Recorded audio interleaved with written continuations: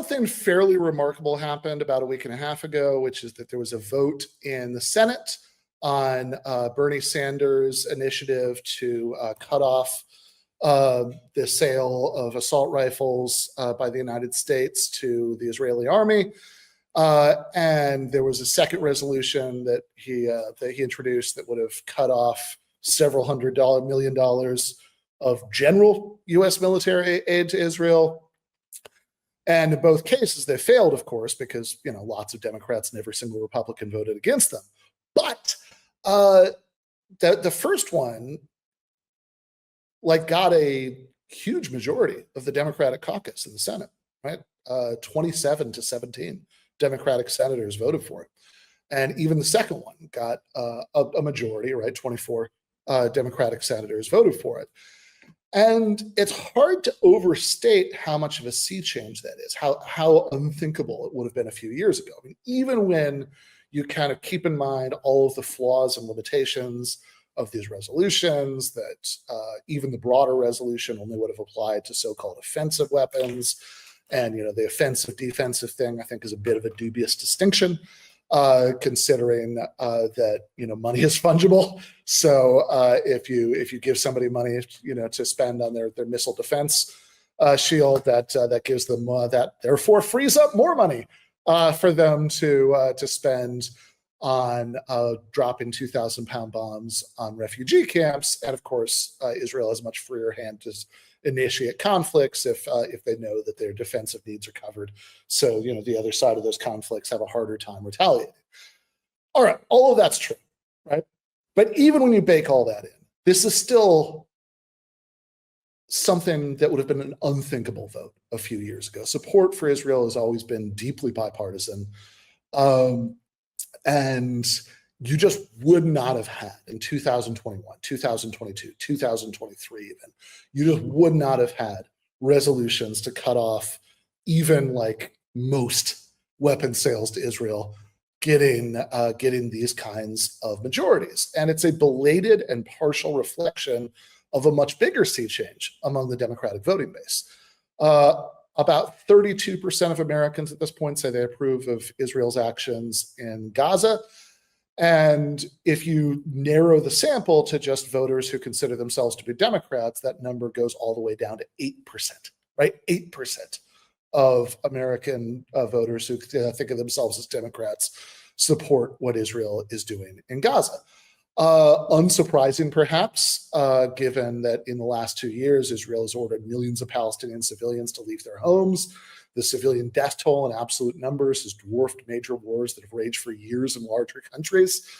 2 years of indiscriminate bombardment have destroyed so many buildings that, one of the things I say in the Jackman article that I wrote about this, which is called The Problem with Israel is So Much Bigger Than Netanyahu, is that, you look at aerial shots of Gaza. Increasingly looks like the surface of the moon. Everything has been destroyed. And now on top of that, the sort of use of food access as a weapon, which has led to mounting malnutrition over the last 2 years, is now tipping over to the point where, you have several dozen, I think, documented and hundreds of likely cases of deaths by starvation. You have images that are coming out from Gaza that are, really haunting. Like some of this stuff makes me think of the images of the Musselman at Auschwitz. And so under those circumstances, perhaps it's unsurprising that there's been this sea change, but it has led shitty centrist Democrats to scramble to figure out a response. So there's this article in CNN that's about so I think the title of this is Pro-Israel Democrats Try Breaking with Netanyahu to Stop Party Shift Among Gaza Crisis.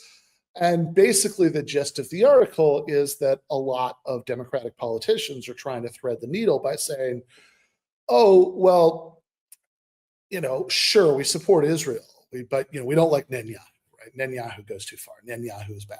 Right, as a sort of way of compromising between the preferences of the Washington, D.C. policy blob and the sentiments of their own voting base. And I think this goes along with a very widespread kind of feeling among a lot of Western Zionists, right? A lot of Western Zionists are, good liberals in their overall worldview, right? And there's always been a sort of strange disconnect between those values of sort of support for democracy, liberal pluralism, that they would espouse in all other contexts, with support for an exclusionary ethno-state that's ruled over millions of people without giving them citizenship on the other. And certainly the idea that the occupation of the Palestinian territories was ever seriously intended to be temporary is very hard to reconcile with Israel's longstanding policy of building settlements, right? Building, in other words, cities full of its own citizens on this territory. It's not generally something you do if you seriously intend to give it up at some point in the future. Nevertheless, I think a lot of liberal Western Zionists tell themselves a story that goes something like this. Of course, I don't like the occupation of the West Bank and Gaza. If it were up to me, it would have ended long ago. I wish there weren't all these settlements. And in the long term, I'd like there to be a two-state solution. But Israel has a right to exist as a Jewish state, and it has a right to defend itself. The problem is that the Israeli right is in charge right now instead of the Israeli left. They don't want a two-state solution, and they're fighting the war in Gaza in a bad, unrestrained, disproportionate kind of way. But that doesn't mean I'll stop supporting Israel. I'll just, or that I think the United States should stop supporting Israel. I'll just keep the liberal Zionist faith while I wait for the Israeli opposition, who are surely sensible two-state liberals like me, to take power. And the problem is that while there are bits and pieces of truth in this story, right? It's true, for example, that Netanyahu has lost elections before, and he may again. The basic premise that there's this sensible liberal opposition waiting in the wings that will stop the mass murder and displacement of Palestinians and move towards a two-state solution is just really disconnected from observable reality right now. Last year, the Knesset, right, so it's Israel's parliament, voted by a margin of 68-9 for a resolution explicitly opposing the creation of a Palestinian state anytime in the foreseeable future, basically. I think there's a line in the resolution that says, like, at this time. But the rationale they give would be basically, as long as there's any kind of Israeli-Palestinian conflict going on, it would be a reward for terrorism, and you can't do it. And they even refer to the West Bank as the heart of Israel and all that stuff. All 9 of the members of the Knesset who voted against it were from the majority Arab parties. The only Israeli Jewish no vote was from this guy, Ofer Kasif, who, is somebody I would certainly regard as a heroic figure, but, he's definitely not representative of the mainstream of the anti-Netanyahu opposition in Israel. This is somebody who's been beaten by police at protests, for example. Last year, he narrowly escaped a vote to expel him from the Knesset for supporting South Africa's genocide against Israel, a genocide case against Israel at the International Court of Justice. And so when you say, oh, well, the problem is just Netanyahu, right? There's no sort of issue with Israeli state or society that has led to this that goes any deeper than Netanyahu, then, okay, do you think Ofer Kasif is about to be the next prime minister of Israel in the next election? Because, man, I'd like to think so, but I don't think so. I mean, this is a guy who's, if you go back and look, I actually link it in my Jackman article. If you go back and look at his PhD thesis at the London School of Economics, Ofer Kasif's dissertation was called On Nationalism and Democracy, a Marxist Examination, which sounds interesting. I'd actually like to read that, but it does not sound like somebody who's exactly sitting at the center of Israeli political opinion. And I think what you have to deal with is that Israel's political spectrum tilts so far to the right, not primarily because of anything that's happened in the last several years, although some of that is certainly exacerbated and taken it to a much darker place than it would have even been otherwise, but because of its core identity as an exclusionary ethno-state. Even if you say, okay, you can look at all these things, since the breakdown of the 90s peace process, and, the Second Intifada, and, all of that, right? You can look at a general swing to the right, and especially in the last several years, and then really into this kind of genocidal mania in the last 2 years since October 7th. I mean, to the point where I link in the article to polls where like 80-something% of Israeli Jewish respondents say that they would support forcibly relocating everybody in Gaza out of the country. And in fact, more than 50%, I think like 56%, say that they would support even forcibly relocating all of the Arab citizens of Israel out of the country, right? So this is particularly dark, but I think that the normal resting point of Israel's political compass, right, the pendulum, like, just starts out at a place that's way, way, way to the right of what's normal in any, Western liberal democracy for structural reasons, because of the way that Israel is constituted. And that's the last point that I wanted to talk about, because I think this is where a little bit of Marxist analysis of the world can actually help you, not necessarily see how we get out of it. I mean, obviously, obviously we should be fighting to cut off US aid, but it's realistically, it's very hard to see what the path out of where we're at now looks like. Is very, very grim. But at the very least, if the first step is understanding the world, right? I think a little bit of Marxist analysis can help with that. So let's think about this a little bit. That oftentimes left-wing anti-Zionist writers will compare Israel to apartheid South Africa. In fact, that's a comparison I've made in probably like a dozen Jacobin articles over the years. And I think this comparison does get a lot right. I think certainly if you look at, sort of standard definitions of apartheid, I mean, what goes on in Israel is a very clean fit. You have, you've got millions, like, just to start out with, you've got all the millions of descendants of Palestinian refugees from the original ethnic cleansing who aren't allowed to come back, including, certainly, I don't know the exact numbers, but I'm pretty sure like hundreds of thousands of people sitting for their whole lives in refugee camps in other countries. And, very explicitly, the reason no mainstream Israeli politician would ever say, yeah, we should allow those people to come back, is because that's seen as a demographic threat. You would have too many of the wrong members of the wrong ethnic group in the country.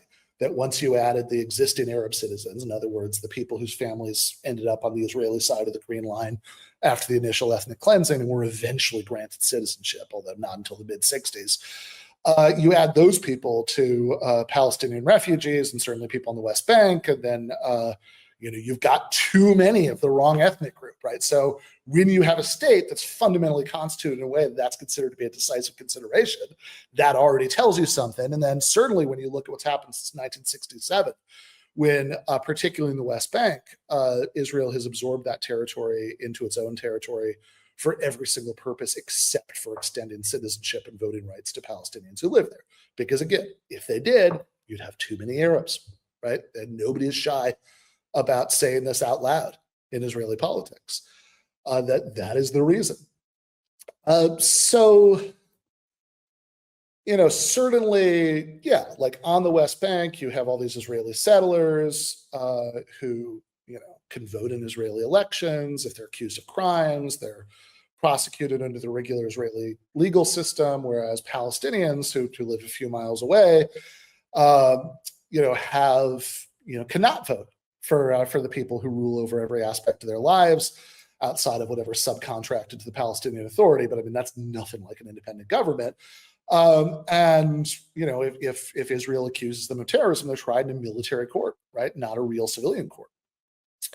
So you have two different legal systems, two different sets of rights, depending on ethnicity.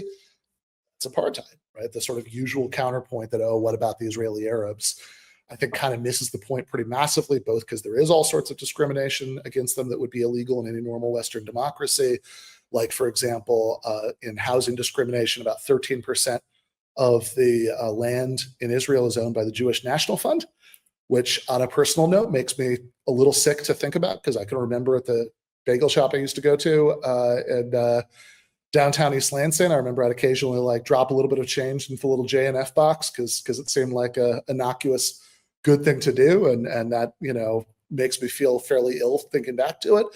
But it's the J&F's policy is explicitly discriminatory about who they'll lease land to. And Israeli law allows any community with less than 700 permanent homes to maintain a selection committee that decides whether you're socioculturally compatible with the community, which in the US would call Jim Crow. But of course, even if absolute pristine equality reigned between Israeli Jews and those Palestinian families who ended up on the Israeli side of the line after 1948, so they eventually got citizenship, that would still be irrelevant to the charge of apartheid, because of course the point is that you have millions of Palestinians on the West Bank who, even as the West Bank is more and more absorbed into Israel, even as the Knesset says there won't be a two-state solution, aren't granted equal citizenship rights because they have the wrong ethnicity. That's apartheid. Okay, so all of that's to say, I do think that there's something that the analogy to apartheid South Africa gets very importantly right. But unfortunately, there's also something that gets wrong, because there are even worse possibilities than that. And I wrote with my good friend Michael Seckman, who I've been like co-writing some academic papers with and stuff. We co-wrote an essay that appeared on the Substack on Sunday, Philosophy for the People. It's called John Romer, Karl Kautsky, and the Political Economy of Israel-Palestine. And in it, we drew on some things that the economist and analytical Marxist thinker John Romer says in his book, Egalitarian Perspectives, and about how he understands what economic exploitation is. And economic exploitation is something that's much more specific than just inequality or even economic oppression. The jobless and homeless populations of major cities are certainly economically oppressed, right? The owners of the means of production lock them out of the system and deprive them of sort of basic necessities of life. And so they're certainly oppressed by the economic system, but they're not exploited. And, just again, read the essay if you want the particulars, but I mean, the one way of understanding the John Romer point is that if that population disappeared tomorrow, then from the capitalist perspective, that'd be great news. That would be a social problem solved painlessly. Whereas if the working class disappeared tomorrow, that would be disastrous news, because the working class is the source of the capitalist wealth. That's the difference between being oppressed, but not economically oppressed, but not economically exploited, and being economically exploited, that your labor is the source of your exploiter's wealth. And we connected this up to something that Karl Kautsky says in his book, I think from 1907, Socialism and Colonial Policy. And in there, he makes this distinction between two different kinds of colonies. And he's kind of expanding on a point that Marx makes, at least by implication, in the last chapter of Capital Volume 1, where he talks about colonies, and Marx makes a distinction between what he calls like true colonies and other kinds of colonies. And in here, and this isn't the only place or the first place where he says it, but it's the place I'm familiar with. In here, Kautsky makes this distinction between what he calls work colonies and exploitation colonies. This is the first of the two Kautsky quotes, the shorter one.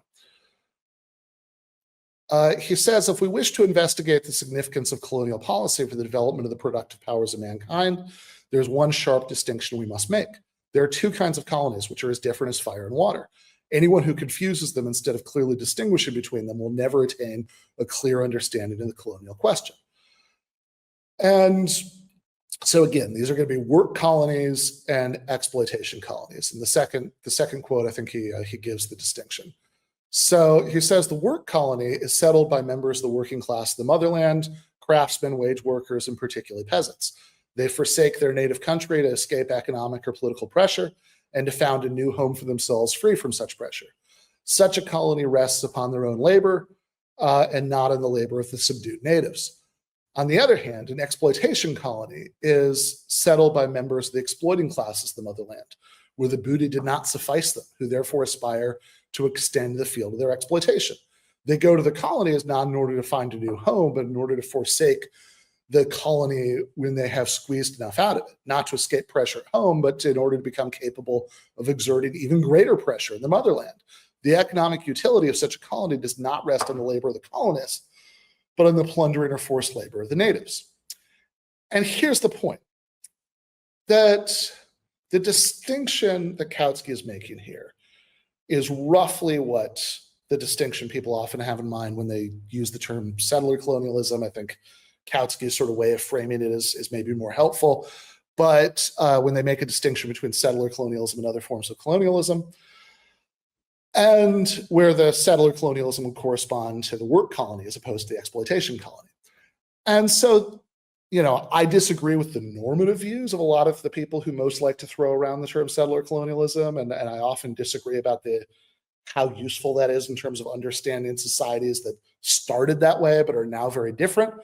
Because of centuries of development since then, right? That's no longer really relevant to the political economy of those countries and how those work. But I think the basic distinction that Kautsky is making is really important. And this brings us to the limits of the analogy to apartheid South Africa.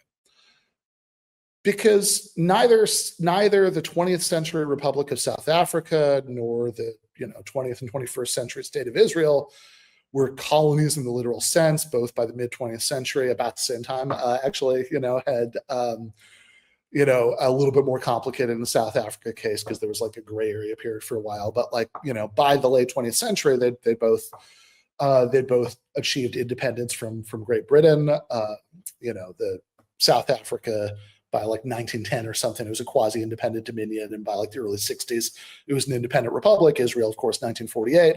So they both achieved independence. They were no longer literal colonies. But if you look at in both cases, the dominant ethnic group in those two places and how they related to the dominated ethnic group in those two places, it does at least roughly parallel Kautsky's distinction that South Africa worked like a classic exploitation colony, whereas Israel works like a classic work colony.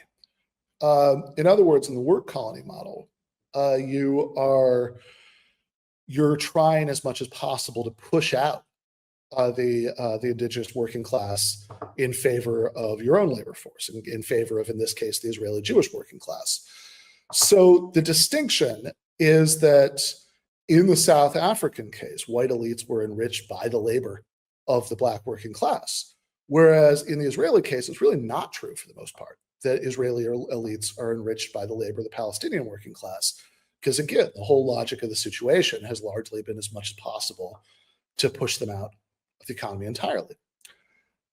They're, guest worker, from Gaza and all that stuff. It's a little uneven if you look at the whole history of it over time. But I think viewed from 10,000 feet, that's a distinction that's very much valid here. And this, I think, can unfortunately explain this disanalogy between Israel and apartheid South Africa. Can, I think, unfortunately explain what's going on. Right? So again, I don't want to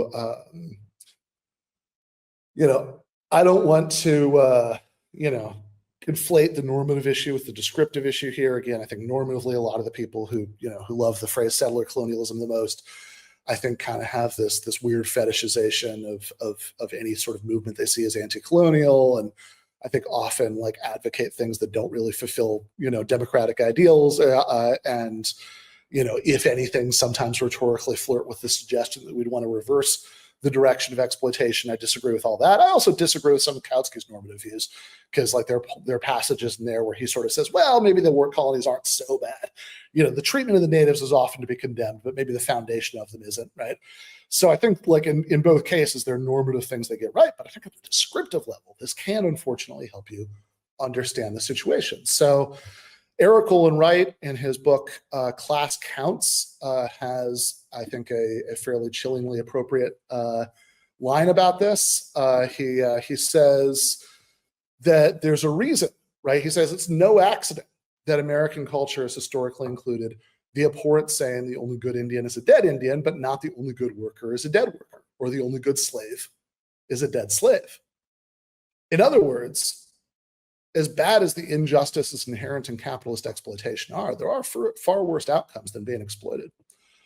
And what we're seeing playing out in a dramatic fashion in Gaza is one of those possibilities, right? That when an ethno-national project turns whole populations into problems to be solved, horrors ensue. A recent poll found that as I said, right, a majority of Israeli Jews would support not just expelling all the Palestinians in Gaza, but expelling even all the Palestinians in Israel proper who have Israeli citizenship.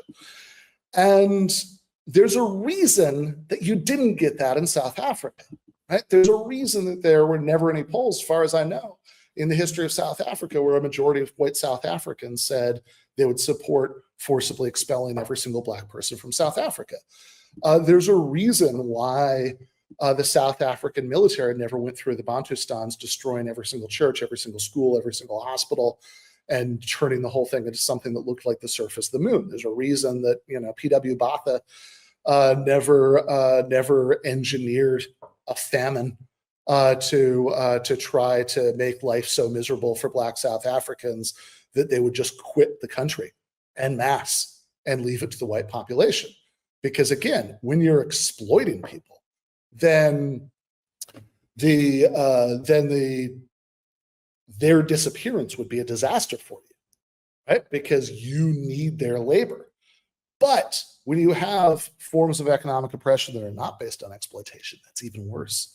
And things like genocide come onto the table as possibilities, which does mean, ironically, I mean, Michael and I said this at the end of our Substack essay. If we did get, right, I mean, the most ideal solution, which would be, the single secular democratic state in Israel-Palestine, assuming that we hadn't overcome capitalism before that happened, then that would mean that normal structures of capitalist exploitation would now integrate the Palestinian population, right? If everybody had equal rights in that state. And again, exploitation is very bad. Our whole thing as socialists is that we want a world without exploitation, but as long as we live in a class society, there are much worse things. And ironically, we're actually in a situation where upgrading this population's status, upgrading their form of oppression to exploitation would not only be an improvement, but an urgent moral imperative. Now, again, I don't want to sort of lie for the sake of make everybody feel better, to be optimistic. I have no idea what the path from where we are right now to a single secular democratic state would look like. I don't think anybody really does in any concrete short-term way. The situation is that bad. Similarly, it's very hard to see what even forcing Israel to accept a two-state solution. It's very hard to see the path from there to, from here to there. Again, I mean, the sort of the mania of the course they're on right now is so bad that it's very hard to see a scenario in the near future, at least short of a massive sea change in U.S. policy, where that happens. So I don't know how it would happen, but I do know that at the very least, we need to fight to stop supplying any weapons to this state for as long as it exists in anything like its present form, because the possibilities for how those weapons are going to be used are only going to get more nightmarish.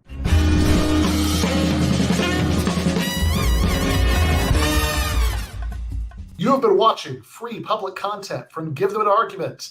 To access every single episode of the show, the main show on Monday nights, all of the streams, all of the debate breakdowns, all of the patron-exclusive postgames on Monday nights, all of the patron-exclusive bonus episodes every week, and much, much more, go to patreon.com/Ben Burgis.